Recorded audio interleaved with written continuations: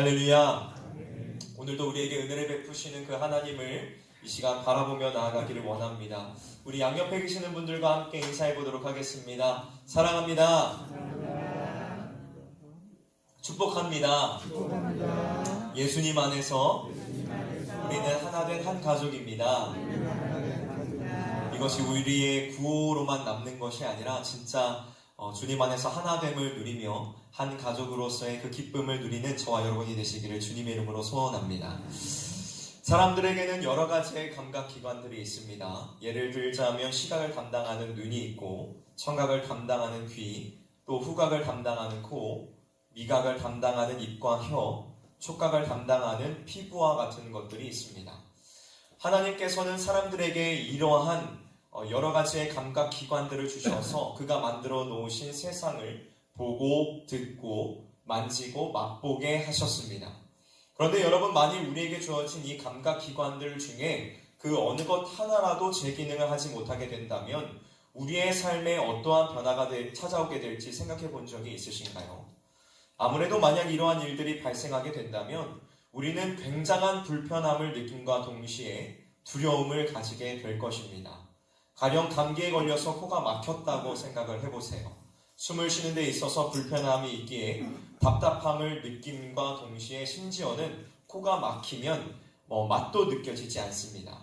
또 눈이 안 보인다고 생각을 해보십시오. 한 걸음 한 걸음 내딛는 것이 쉽지 않고 장애물에 걸려 넘어질까, 내가 원하는 곳으로 제대로 가고 있을까 하는 염려와 두려움 속에 삶을 바르게 영위해 가기가 어려울 것입니다. 그런데 여러분, 우리에게는 이 육신의 감각보다 더욱더 중요하고 소중한 감각이 있음을 기억해야만 합니다. 그 감각은 바로 영적인 감각입니다. 이 감각은 하나님과 나 사이의 관계를 나타내주는 것입니다. 하나님의 말씀에 민감하게 반응하고 하나님의 뜻에 따라 살아가고자 하는 마음, 이 모든 것들이 다 영적인 감각을 의미하는 것입니다. 그러나 참으로 안타깝고 애석하게도 오늘날의 사회, 그리고 이 교회는 이러한 영적 감각에 무감각해진 모습을 보여주고 있습니다. 그렇다면 우리는 이 영적 감각이 무뎌져 가고 있는 이러한 시대들 속에서 어떻게 이것들을 회복할 수 있을까요? 오늘 본문에 나타나고 있는 이 시인의 모습을 통해서 함께 살펴보기를 원합니다. 오늘 우리가 함께 나눌 시편 34편의 시인은 우리가 잘 알고 있는 이스라엘의 두 번째 왕 다윗으로, 이 시의 배경은 이렇습니다. 다윗은 사울 왕에게서 그의 생명을 구하려고 도망하던 중이었습니다. 사울 왕은 3번이나 창으로 다윗을 벽에 박으려고 하였고, 다윗을 잡아 죽이기 위해서 다윗을 쫓는 암살자들의 한 무리를 보내기도 하였습니다. 이로부터 생명의 위기를 느꼈던 다윗은 블레셋의 5 주요 도시들 중에 하나인 가드로 도망하였습니다. 이 가드는 다윗이 몇 년 전에 죽였던 거인 골리앗의 고향입니다. 아마도 가드 사람들에게 다윗은 철천지 원수 중에 원수였을 것입니다. 심지어 다윗이 제사장 아히멜렉으로부터 골리앗의 칼을 받아가지고 다녔으니 그들에게는 더욱 좋지 않은 기억들을 떠올리게 하였을 것입니다. 다윗을 목격한 블레셋 사람들은 그 길로 가드의 왕 아기스에게 그의 존재를 알리게 되었고, 결국 다윗은 왕 앞으로 불려가게 됩니다. 그리고 그때에 블레셋의 왕 아기스 앞에서 다윗을 향해 신하들이 말합니다. 왕이시여, 이 사람은 이스라엘 사람들이 사울은 천천히요, 다윗은 만만이다 노래하던 그 다윗이 아닙니까? 이 말을 들은 다윗은 아기스 왕을 두려워하였습니다. 아마도 골리앗을 죽였던 다윗 자신을 가만두지 않을 것이라 하고 생각했던 것 같습니다. 여러분, 이 상황에서 다윗이 할 수 있었던 일은 무엇이었을까요? 그가 할 수 있었던 최선은 무엇이었을까요? 정말 절박했던 다윗은 블레셋의 왕 앞에서 미친 척을 하여 상황을 벗어나게 됩니다. 오늘 우리가 읽은 이 시편은 이러한 어려움들 속에서 벗어난 다윗이 자신의 진정한 위기의 순간 가운데서도 구하셨던 하나님을 향한 찬양과 감사가 주가 되어 이어져 나타나고 있습니다. 그렇다면 어떻게 다윗은 이러한 어려운 상황 속에서도 하나님의 뜻을 찾고 구할 수 있었던 것일까요? 그의 영적인 감각들은 어떻게 이토록 살아 운동력이 있을 수 있었던 것일까요? 오늘 그의 3가지의 모습을 통해서 함께 살펴보기를 원합니다. 먼저 첫 번째로, 그는 하나님을 찬양하고 기뻐하였습니다. 여러분, 우리의 영적 감각은 하나님을 찬양하고 그분으로 인하여 기뻐하는 데에서부터 생명력을 가지게 됩니다. 오늘 본문 말씀 1절부터 3절까지 다윗은 이렇게 고백하고 있습니다. 함께 읽어보도록 하겠습니다. 1절부터 3절까지의 말씀입니다. 시작. 내가 여호와를 항상 송축하며 내 입술로 항상 주를 찬양하리이다. 내 영혼이 주를 자랑하리니 곤고한 자들이 이를 듣고 기뻐하리로다. 나와 함께 여호와를 광대하시다 하며 함께 그의 이름을 높이세. 아멘. 여러분, 하나님을 찬양한다는 것이 무엇입니까? 하나님을 찬양한다는 것은 하나님께서 내게 행하신 일에 대하여 주님은 선하시고 좋으신 분이라고 칭찬하고 자랑하며 주변에 막 떠벌리는 것을 말합니다. 이것은 마치 우리가 때때로 맛있는 음식을 먹거나 웃긴 영상이나 혹은 재미있는 경기를 보면 주변에 알리고 싶어하는 경향과 비슷합니다. 여러분, 세상은 절대로 하나님을 찬양하거나 그분으로 인하여 기뻐하지 못합니다. 왜냐하면 세상은 하나님을 사랑하지 않으며 그분의 뜻을 따를 생각이 전혀 없기 때문입니다. 하지만 우리는 다릅니다. 우리 하나님의 백성은 하나님을 보고 그분을 사랑하며 그분의 위대함과 영광 안에서 기뻐합니다. 그러나 참으로 안타깝게도 오늘날 우리의 모습을 보면 하나님을 자랑하거나 기뻐하고 찬양하는 모습들이 별로 없음을 발견하게 됩니다. 기쁨이 없는 형식적인 찬양을 드리고 구원과 은혜에 대한 진정한 감사와 감격에 따른 찬양이 우리에게 별로 남아있지 않다는 것입니다. 여러분, 우리는 우리가 살아가는 평생에 하나님을 찬양해야 될 의무가 주어져 있습니다. 왜냐하면 하나님께서 우리를 지으신 목적이 바로 그분을 찬양하도록 하기 위해서라고 성경은 분명하게 명시하고 있기 때문입니다. 이사야 43장 21절에서는 이렇게 말씀하고 있습니다. 이 백성은 내가 나를 위하여 지었나니 나를 찬송하게 하려 함이니라. 그리고 웨스트민스터 소유리문답 제1문에서도 이렇게 말씀하고 있습니다. 사람의 으뜸가는 목적은 하나님을 영화롭게 하는 것과 하나님을 영원토록 즐거워하는 것입니다. 사랑하는 성도 여러분, 우리의 영적 감각은 하나님을 찬양하고 높이는 데에서부터 시작됩니다. 오늘 본문 말씀 1절을 히브리어 원어 그대로 직역을 하면 이렇게 해석할 수 있습니다. 내가 여호와를 모든 시간과 기회가 있을 때마다 찬송하며 나의 입술로 계속적으로 주를 찬양하리이다. 여러분, 우리는 삶의 모든 순간에 우리에게 예수 그리스도를 통한 구원의 은혜를 허락하시고 은혜를 베푸신 주님을 찬양해야 합니다.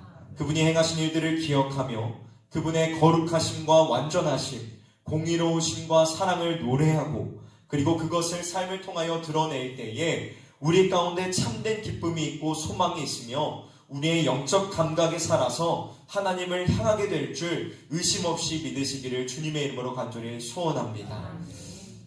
두 번째입니다. 다음 두 번째로 그는 하나님을 찾았습니다. 여러분, 우리의 영적 감각이 회복되는 길은 바로 하나님을 찾는 것입니다. 믿으십니까?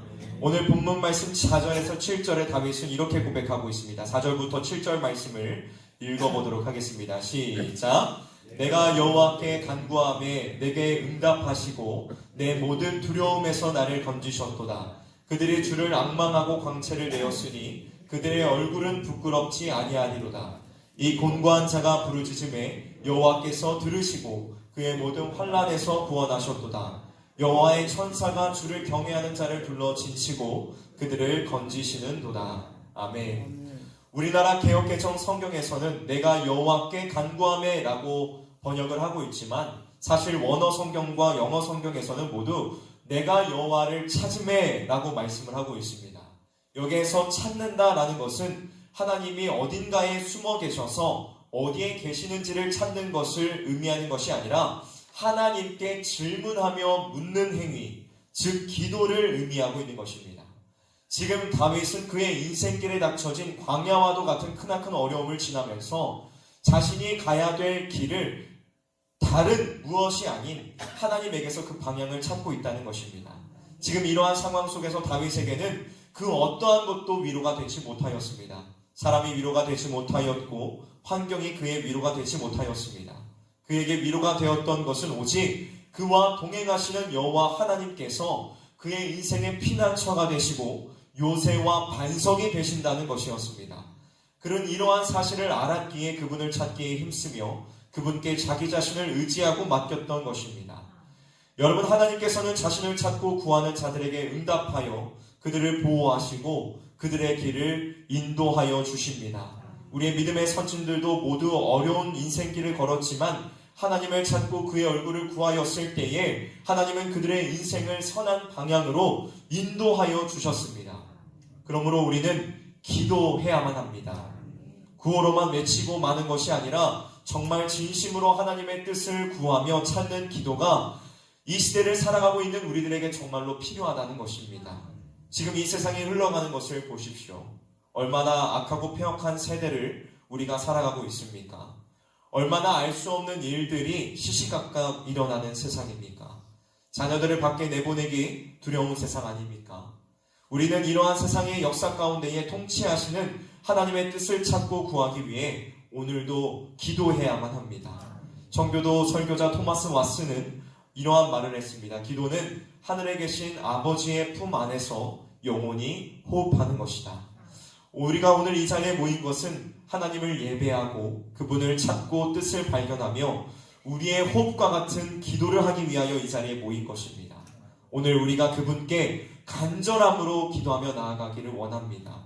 우리의 삶의 어려움을 주님 앞에 내려놓으며 그분의 뜻을 구하며 찾는 마음속에 나오는 그 진실된 기도가 우리에게 있기를 주님의 이름으로 간절히 소원합니다. 마지막 세 번째입니다. 그는 하나님의 선하심을 맛보고 알았습니다. 우리가 영적 감각을 회복하는 것의 최고봉은 하나님의 선하심을 맛보는 데에 있습니다. 오늘 본문 8절에서 9절에 다윗은 이렇게 고백합니다. 8절과 9절의 말씀을 함께 읽어보도록 하겠습니다. 시작. 너희는 여호와의 선하심을 맛보아 알지어다. 그에게 피하는 자는 복이 있도다. 너희 성도들아 여호와를 경외하라. 그를 경외하는 자에게는 부족함이 없도다. 아멘. 오늘 이 본문을 통하여 다윗은 아주 특이한 고백을 하고 있습니다. 그는 왜 그냥 하나님의 선하심을 알지어다 라고 말하지 않고 하나님의 선하심을 맛보아 알지어다 라고 말씀하고 있을까요? 여기에는 아주 특별한 이유가 숨겨져 있습니다. 제가 지금 여러분들에게 한 가지의 질문을 드려보도록 하겠습니다. 여러분은 자보티카바이라는 과일을 아십니까? 이 과일은 무슨 맛일까요? 이 이름만을 듣고는 이 과일이 무슨 맛을 내는지 떠올리기가 쉽지 않습니다. 그렇다면 질문을 바꿔보도록 하겠습니다. 여러분, 귤은 무슨 맛이 날까요? 네, 아마 지금 입에 침이 고이시는 분들이 대다수이실 겁니다. 우리는 귤의 무슨 맛을 내는지는 쉽게 떠올립니다. 그렇다면 왜 우리는 자보티카바이라는 과일이 무슨 맛이 나는지는 잘 모르면서 귤이 내는 맛은 쉽게 떠올릴 수 있는 것이죠. 바로 귤은 실제로 우리가 먹어봤기 때문일 것입니다. 다윗이 말하는 것도 이와 같은 맥락 속에 있습니다. 다윗은 실제로 하나님의 선하심을 경험했기에 하나님이 어떠한 분이신지를 그의 삶을 통하여 체험했기 때문에 그는 하나님의 선하심을 맛보아 알지어다 라고 말씀하고 있는 것입니다. 여러분, 하나님은 먼 곳에 계시는 분이 아니십니다. 중세시대의 벽화에서 그려내고 있는 것과 같이 하늘 저 먼 곳에서 팔짱 끼고 우리를 내려다보고 계시는 분이 아니십니다. 그리고 세상 사람들이 말하는 것처럼 없거나 죽은 신이 아닙니다. 우리가 믿는 하나님은 지금도 살아 역사하시며 우리의 삶 속에 여전히 동행하고 계시는 생명의 주관자, 창조의 하나님이시며 그분은 우리에게 모든 것 가운데 가장 좋은 것을 주시고 또한 우리를 하나님의 집, 그 거룩한 나라, 천국으로 데려가 얼굴과 얼굴을 대면하여 그 자신을 주시는 분이시라는 것입니다. 사랑하는 성도 여러분, 우리의 영적 감각이 하나님께로 향하기를 원합니다. 우리의 영적 감각이 민감하게 반응하며 살아서 꿈틀거린다면 하나님의 일하심과 역사하심을 삶 속에서 계속하여 체험하게 될 것입니다. 오늘 우리에게 주어진 이 하루 속에서 모두가 하나님의 선하심을 맛보아 알며 영적 감각이 깨어 하나님과 늘 교제하는 저와 여러분이 되시기를 주님의 이름으로 간절히 소원합니다. 여러분, 찬양을 회복합시다. 기도를 회복합시다. 우리의 영적 감각이 깨어 하나님을 바라보며 나아가는 저와 여러분이 되시기를 주님의 이름으로 간절히 소원합니다. 함께 기도하도록 하겠습니다.